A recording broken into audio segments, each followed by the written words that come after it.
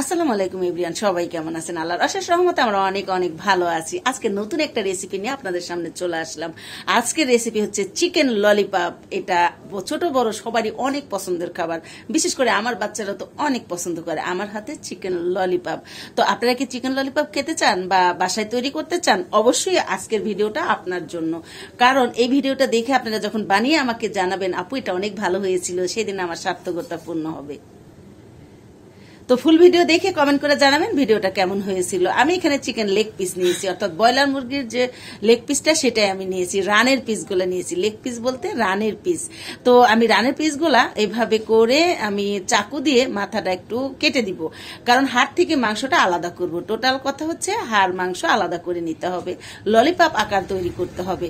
তো ললিপপ আকার তৈরি করার জন্য আমি এখানে এভাবে চাপ দিয়ে চাকু দিয়ে চাপ দিয়ে দিয়ে এভাবে আমি মাংস থেকে হাড়টা ছাড়িয়ে নিব, অর্থাৎ একদম ছাড়াবো না, জাস্ট এভাবে উল্টিয়ে এই তো একটু চাপ দিলে এটা বাস ললিপপের মতো হয়ে গেল। তো এইভাবে করে আমি সবগুলা হাড়ে আমি কেটে নিব, তারপরে এটা আমি বাকি প্রসেসটা দেখাবো।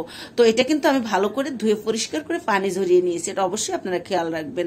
আর আপনারা চাইলে ঘরে এইভাবে কেটে না নিতে পারলে দোকান থেকেও কেটে আনতে পারবেন। সেই ক্ষেত্রে হয়তোবা আপনাদের কাছে কেমন লাগবে জানি না, আমার কাছে ভালো লাগবে না, কারণ ওরা ময়লা হাত দিয়ে এটা কেটে দিবে, সেই জন্য আমার কাছে ভালো লাগবে না। আমি যেমন বাইরে থেকে এনে ভালো করে ধুয়ে তারপরে আমি কেটে নিলাম, সবগুলা কিন্তু কাটা হয়ে গেছে। এভাবে করে আপনারা কেটে নেবেন, দেখতে কিন্তু এখনই চিকেন ললিপপের মতো আকার ধারণ হয়ে গেল অলরেডি। আর এখনই ভালো লাগতেছে, বাকিটা যখন ফাইনাল হবে তখন কতটা সুন্দর হবে, তাই না? অপেক্ষায় থাকুন, ফুল ভিডিও দেখুন, কমেন্ট করে জানাবেন। আর অবশ্যই কমেন্টের মাধ্যমে জানাবেন আমার এই রেসিপিটা দেখতে কেমন হয়েছিল, পারফেক্ট হয়েছে কিনা, সব ঠিকঠাক আছে কিনা, অবশ্যই কিন্তু জানাবেন। আর আমি মশলা রেডি করে নিচ্ছি। এখানে নিয়েছি হচ্ছে আদা রসুন বাটা নিয়েছি, মরিচের গুঁড়া নিয়েছি, হলুদের গুঁড়া, ধনে গুঁড়া নিয়েছি, আর এখানে গরম মশলার গুঁড়া, আমি মুরগির মাংসের যে গরম মশলা গুঁড়া সেটা নিয়ে নিলাম। আর এখানে আমি লবণ দিব হচ্ছে গোলমরিচের গুঁড়া। গোলমরিচের গুঁড়াটা আপনার ঝালকে কি পরিমাণ খাবেন সেই পরিমাণে দিবেন। আর আমি কিন্তু একটু তুলনামূলক মশলাটা কম দিয়েছি, তাই না? কারণ এই চিকেন ললিপপের মধ্যে অতিরিক্ত মশলা দেওয়ার কোনো দরকার নেই, জাস্ট মশলা দিয়ে ম্যারিনেট করে রেখে এটা ভেজে নিলে কিন্তু হয়ে যাবে।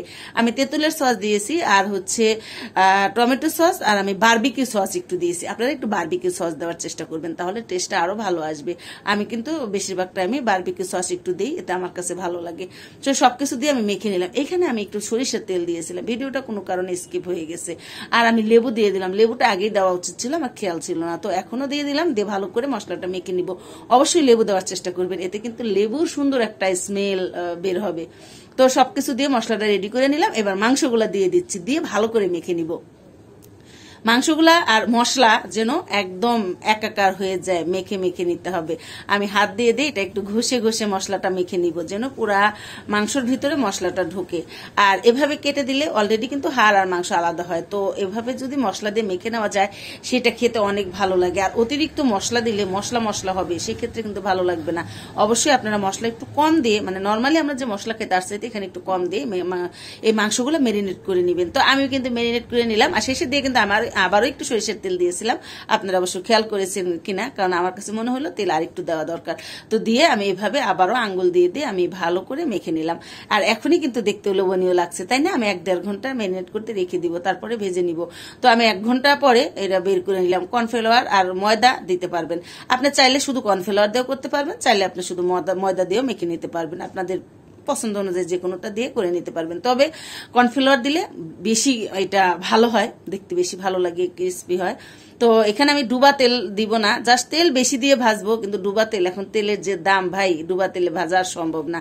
তো অর্ধেক তেল দিয়েছি, যেন এই লেগ পিসগুলো অর্ধেক তেলের মধ্যে ডুবে থাকে, যেখানে মাংসটা বেশি ওটা কিন্তু আমি তেলে দিয়ে ভালো করে ভেজে নিচ্ছি। এখানে অবশ্যই ভালো করে ভাজতে হবে, যেন ভিতরে কাঁচা না থাকে, কারণ পরের বার যে কোটিং করবো জাস্ট ওটা কিন্তু মেখে নেওয়া বলে, ওটাতে কিন্তু সিদ্ধ হবে না। তো এই জন্য এখন কিন্তু চুলার হিটটা কম রেখে আস্তে আস্তে করে ফুলফিল ভাবে লাল লাল করে ভেজে নিতে হবে। এখানে আমি প্রায় 10-12 মিনিটের মতো আমি ভেজে নিয়েছি, মানে 10-12 মিনিট আমি মাংসগুলা ফুলফিল ভেজে নিয়েছি। ভিতরে কিন্তু একটু কাঁচা নাই, আপনারা অবশ্যই এটা লক্ষ্য রাখবেন। ভিতরে কাঁচা থাকলে সেটা কিন্তু স্বাস্থ্যকর হবে না। আর একদম ভালো করে ভেজে উঠিয়ে নিতে হবে। আমি 2-3 ব্যাচে ভেজে নিয়েছি। আর একটা সস রেডি করে নিচ্ছি, যেটা দিয়ে আমি কোটিং করবো। এখানে তেঁতুলের সস দিয়েছি, আর হচ্ছে বারবিকিউ সস দিয়েছি, দিলাম হচ্ছে টমেটো সস, দিয়ে আমি একটু মেখে নিব এইভাবে করে। আর আস্তে আস্তে মেখে নিতে হবে। এখানে আমি পানি দিচ্ছি, কারণ সসটা কিন্তু বেশ ঘন ছিল, সেই কারণে। সরিষার তেল দিয়েছি 3 টেবিল চামচের মতো। তারপরে আমি একটা বড় সাইজের রসুন একটু কেটে ছোট ছোট করে দিয়েছি। একটু লাল হয়ে গেছে, এবার যে সসটা রেডি করে নিয়েছি এটা দিয়ে দিচ্ছি। এখানে কিন্তু আমি একটু রেড ফুড কালার মিশিয়ে নিয়েছিলাম, অবশ্যই এটা আপনাদের দেখানো হয়নি, হয়তো অফ ক্যামেরাতে দেওয়া হয়েছে। তো আপনারা অবশ্যই একটু কালার যদি দেখতে চান, বেশি সুন্দর দেখতে চান, তাহলে একটু রেড ফুড কালার মিশাবেন, আর না হলে আপনারা নর্মালি করে নিতে পারবেন।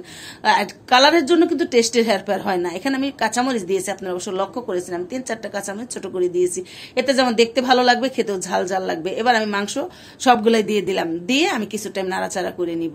তো আমি শুরুতেই বলেছিলাম মাংস ভালো করে ভেজে নিতে হবে, কারণ এখানে কিন্তু কোনো সিদ্ধ হওয়ার স্কোপ নেই, কারণ প্রথমে ভালো করে ভেজে নিয়েছি। তো এটা একটু এইভাবে নাড়াচাড়া করে নিলাম, নিয়ে আমি এখানে হচ্ছে ধনে পাতা দিয়ে দিব। ধনে পাতা দিলে দেখতে ভালো লাগবে। আর এখন কেমন লাগতেছে বলুন তো? অনেক সুন্দর লাগছে না?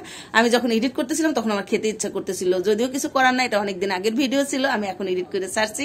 ধনে পাতা দেওয়ার কারণে লাল সবুজ, তাই না? আমার কাছে এখনই অনেক অনেক ভালো লাগতেছে, তখন তো ভালো লেগেছেই। তো আমার রেসিপিটা কেমন লাগলো অবশ্যই কমেন্ট বক্সে জানাবেন। ভালো লাগলে তো আলহামদুলিল্লাহ, ভালো না লাগলো কমেন্ট বক্সে জানাবেন আপনাদের মতামত। আর আমি এখানে কিন্তু সুন্দর করে একটু পেঁচিয়ে নিয়েছি, যেন এটা দেখতে ভালো লাগে, রেস্টুরেন্টের মতো লাগে।